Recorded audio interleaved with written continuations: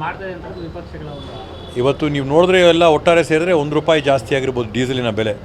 ಇವತ್ತು ಅದರಲ್ಲಿ ಕೇಂದ್ರ ಸರ್ಕಾರದ ಸೆಸ್ ಎಷ್ಟಿದೆ, ಕೇಂದ್ರ ಸರ್ಕಾರದ ಟ್ಯಾಕ್ಸ್ ಎಷ್ಟಿದೆ, ಕಚ್ಚಾ ತೈಲ ಇವತ್ತು ಅಂತಾರಾಷ್ಟ್ರೀಯ ಮಾರುಕಟ್ಟೆಗಳಲ್ಲಿ ಎಷ್ಟು ಸಿಗ್ತಾ ಇದೆ, ಇಲ್ಲಿ ನಾವು ಎಷ್ಟಕ್ಕೆ ಕೊಂಡ್ಕೊಳ್ತಾ ಇದೀವಿ ಅಂತ ಹೋಲಿಕೆ ಮಾಡಿ ಕೇಂದ್ರ ಸರ್ಕಾರದಿಂದ ಹೋಗ್ಬಿಟ್ಟು ಮನವಿ ಮಾಡಿಕೊಂಡು ಅವರ ಸೆಸ್ಗಳನ್ನ ಕಡಿಮೆ ಮಾಡಿಸೋದನ್ನು ಇವರು ನಮ್ಮ BJP ಅವರು ಮಾಡಿಸಿದ್ರೆ ನಾವಿಲ್ಲಿ ಏನು ಮಾಡಬೇಕು ರಾಜ್ಯದಲ್ಲಿ ನಾವು ಅದನ್ನು ನೋಡ್ತೀವಿ.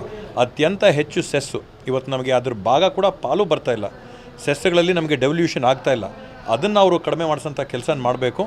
ಇಲ್ಲಿ ನಾವು ರಾಜ್ಯನ ಚೆನ್ನಾಗಿ ನಡೆಸ್ತಾ ಇದ್ದೀವಿ. ಇಲ್ಲಿ ಆಗ್ತಾ ಇರ್ತಕ್ಕಂಥದ್ರ ಬಗ್ಗೆ ಗಮನ ಕೊಡೋದು ಬಿಟ್ಟು ದೊಡ್ಡ ಪ್ರಮಾಣದಲ್ಲಿ ಕೇಂದ್ರದಿಂದ ಏನು ಬೀಳ್ತದೆ ಆ ಹೊರೆನ ರಾಜ್ಯ ಜನರ ಮೇಲೆ ಕಡಿಮೆ ಮಾಡೋಂಥ ಕೆಲಸ ಮಾಡಿಕೊಡ್ಬೇಕು ಅಂತೇಳಿ ಅವರಲ್ಲಿ ನಾನು ಮನವಿ ಮಾಡ್ತೀನಿ.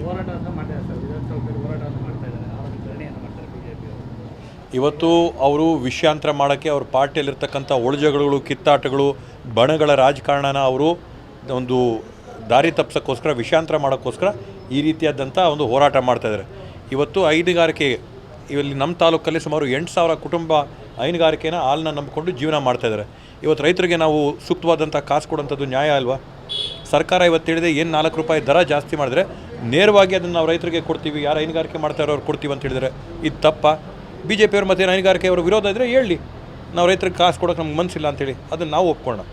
ಎಲ್ಲ ರಾಜ್ಯಗಳಿಗೆ ಹೋಲಿಸಿದ್ರು ಕೂಡ ಇವತ್ತೂ ಕರ್ನಾಟಕ ರಾಜ್ಯದಲ್ಲಿ ಹಾಲಿನ ಬೆಲೆ ಅತ್ಯಂತ ಕಡಿಮೆ ಇದೆ.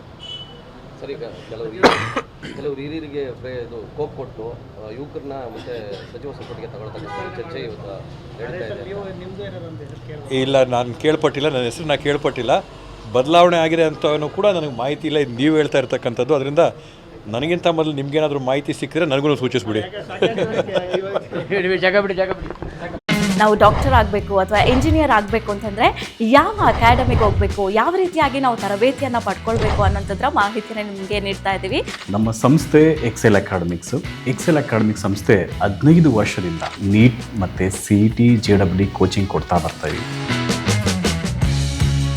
ನಂಬರ್ 1 ಫ್ಯಾಕಲ್ಟೀಸಿಂದ ನಾವು ಟೀಚ್ ಮಾಡಿಸ್ತೀವಿ. ಅಂದರೆ ಇಂಡಿಯಾದ ನಂಬರ್ 1 ಫ್ಯಾಕಲ್ಟೀಸ್. ನಾವು ನೀಟ್ ಕ್ರ್ಯಾಶ್ ಕೋರ್ಸ್ನ ಕೊಡ್ತೀವಿ ಮತ್ತು CET ಕ್ರ್ಯಾಶ್ ಕೋರ್ಸ್ನ ಕೊಡ್ತೀವಿ. ಕ್ರ್ಯಾಶ್ ಕೋರ್ಸ್ನ ಸೆಕೆಂಡ್ PUC ಸೈನ್ಸ್ ಯಾರು ಓದ್ತಾ ಇದ್ದಾರೆ ಅಂಥ ಮಕ್ಕಳಿಗೆ ನಾವು ಕೊಡ್ತೀವಿ. ಸೆಕೆಂಡ್ PUC ಕಂಪ್ಲೀಟ್ ಆಗಿರೋ ಮಕ್ಕಳಿಗೂ ಕೂಡ ನಾವು ಈ ಕ್ರ್ಯಾಶ್ ಕೋರ್ಸ್ನ ಕೊಡ್ತೀವಿ. ಪ್ರತಿದಿನವೂ ಕೂಡ ನಾವು ಡೈಲಿ ಟೆಸ್ಟ್ ಕಂಡಕ್ಟ್ ಮಾಡ್ತೀವಿ. ಅದು ಇವತ್ತೇನು ನಾವು ಪಾಠ ಆಗಿದೆಯೋ ನಾಳೆ ಡೈಲಿ ಟೆಸ್ಟ್ ಕೊಡ್ತೀವಿ. ನಮ್ಮ ಎಕ್ಸೆಲ್ ಅಕಾಡೆಮಿಲಿ ಒಂದು ವಿಶೇಷತೆ ಏನಂದರೆ ಒಂದೇ ಕಡೆ ಹಾಸ್ಟೆಲ್, ಒಂದೇ ಕಡೆ ಕೋಚಿಂಗ್. ಮಕ್ಕಳು ಒಂದು ಸತಿ ಕ್ಯಾಂಪಸ್ಗೆ ಎಂಟ್ರಿ ಆದರೆ ಅವ್ರ ಕೋರ್ಸ್ ಮುಗಿಸ್ಕೊಂಡೇ ಆಚೆ ಹೋಗಬೇಕು. ಆ ಥರ ವ್ಯವಸ್ಥೆ ಮಾಡಿರ್ತೀವಿ. ತೆಲಂಗಾಣ, ಆಂಧ್ರ, ಡೆಲ್ಲಿ ಆ ಕಡೆಯಿಂದ ಕರೆಸಿ ನಾವು ಫ್ಯಾಕಲ್ಟೀಸ್ನ ನಂಬರ್ 1 ಫ್ಯಾಕಲ್ಟೀಸ್ನ ಟೀಚ್ ಮಾಡಿಸ್ತೀವಿ. ಎಕ್ಸಾಮ್ಗೆ ಹೋಗೋಕ್ಕಿಂತ ಮುಂಚೆ ಮಾದರಿ ಎಕ್ಸಾಮ್ನ ಒಂದು 15-20 ಎಕ್ಸಾಮ್ ಕೊಡ್ತೀವಿ ನಾವು.